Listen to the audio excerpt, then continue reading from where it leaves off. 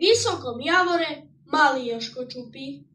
Poslala ho mamička, aby niečo kúpil. Neviem si ja spomenúť, čo mi nakázala. Do ruky mi eurá a aj tášku dala. Čupí, nešťastný, domov sa prísť bojí.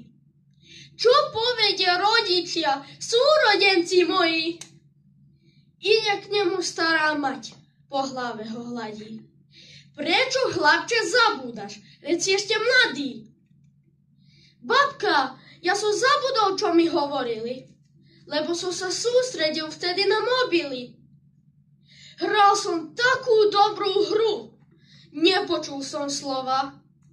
Čo mi kúpiť kázala, vtedy mamka moja. Len sa neboj, domov choď, babička mu vraví.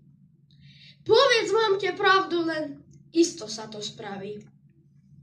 Poďakoval sa Joško za babkinu radu a išiel domov povedať mamke celú pravdu. Mamka najprv na Joška nahnevaná bola.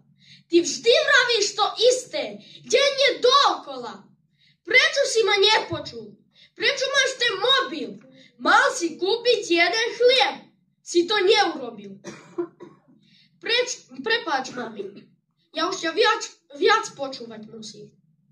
A mobil, ten odložím. Aspoň to chcem skúsiť. A Joško sa polepšil.